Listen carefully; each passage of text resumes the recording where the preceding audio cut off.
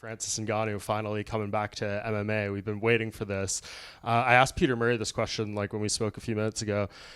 Do you think this is more intriguing now because he did the boxing, because he got knocked out, than it would have been if he just went straight from the UFC and came and fought here right away? Yeah, I think so. I mean, I think people's expectations would have been set if he stepped out of the UFC and straight into the PFL, and he'd have fought, sometime in the next 6 months.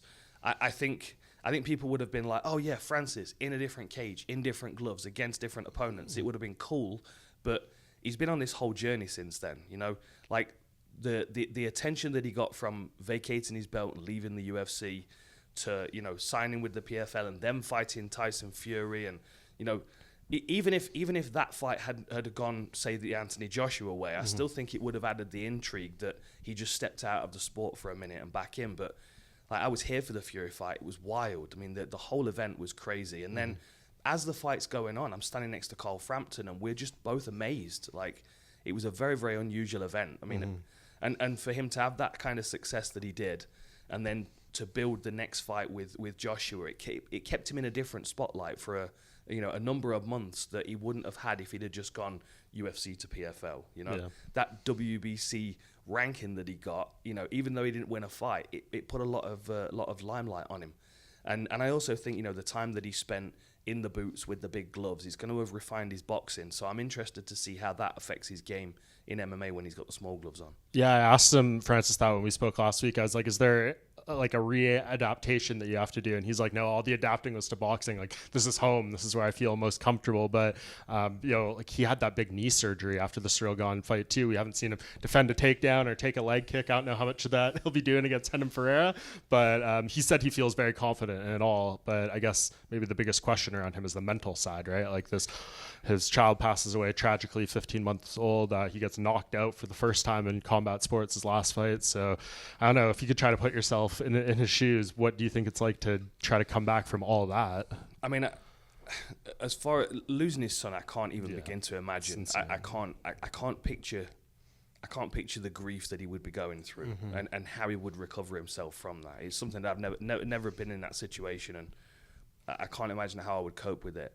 Getting knocked out is one of those things in sport, right? It happened to me against Condit, and you just kind of go, well, if I've landed enough knockout punches, I'm going to take one at some point. And in Ngannou, he was in a different sport. He was against an elite level boxer, and like Anthony Joshua had the fortune of watching him for rounds against Tyson Fury.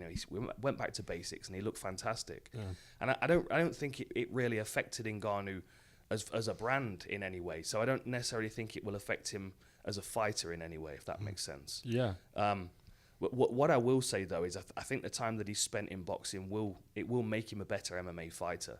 Like, what I find when people go from MMA to boxing, and Clay Collard's a good example of this. During the pandemic, he spent, as you know, he kind of spent a lot of time boxing, spent a lot of time focused on the fights that he could get because MMA wasn't a thing, and it allows people to manage range better. They're able to step into range to land punches, but not crowd themselves and go into a clinch.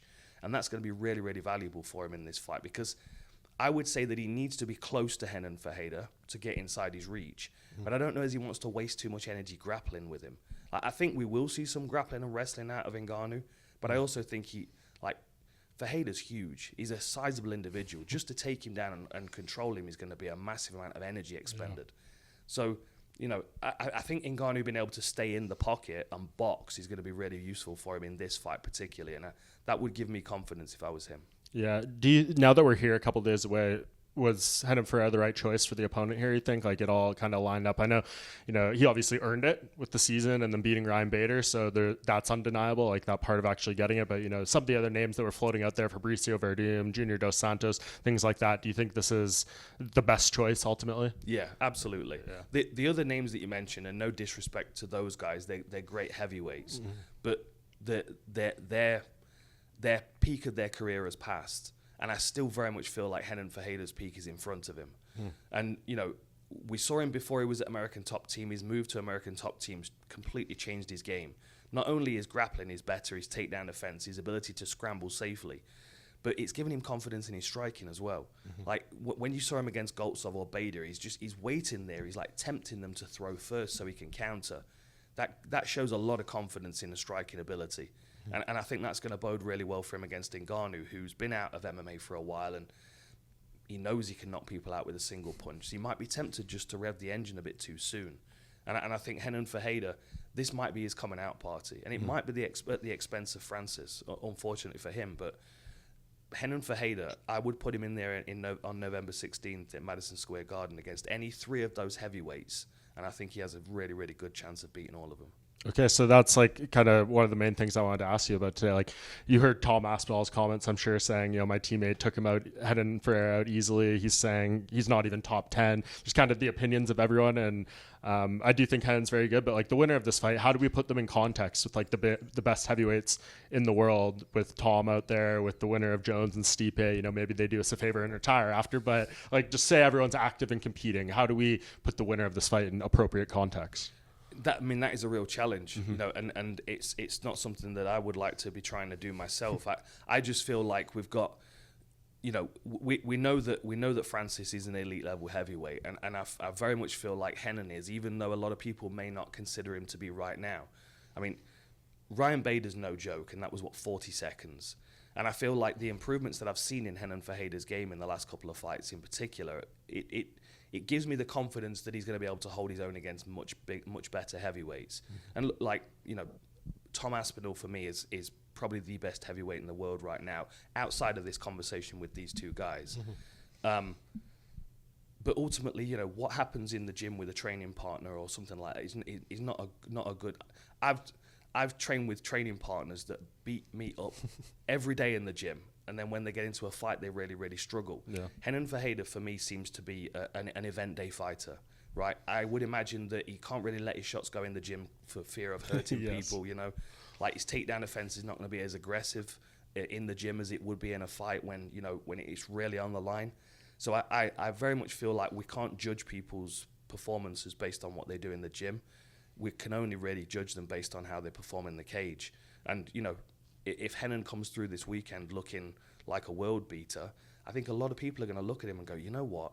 He's 6'8", he's trained at ATT, he's dangerous in striking, he's got great grappling and takedown offense since he's moved there. Like, I can make an argument for him. Mm-hmm. And, John Jones for me is still not a proven heavyweight. Stipe is way past his peak. I love Stipe, but he's way past his peak. So I don't even think Jones benefits a great deal from beating Stipe at this point. I agree. The benefit for the UFC's perspective is that the very, very casual fan still feels like Stipe is the top of the game, right? Like, I was even chatting to someone in a jiu-jitsu gym the other week that asked me when Daniel Cormier is fighting again.